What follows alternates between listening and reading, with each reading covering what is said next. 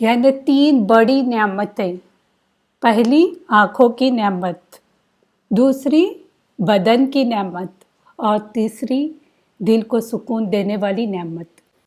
یہی تو 3 چیزیں انسان کی زندگی میں امپورٹنٹ ہے۔ اگر یہ ہو تو کیا بات ہے۔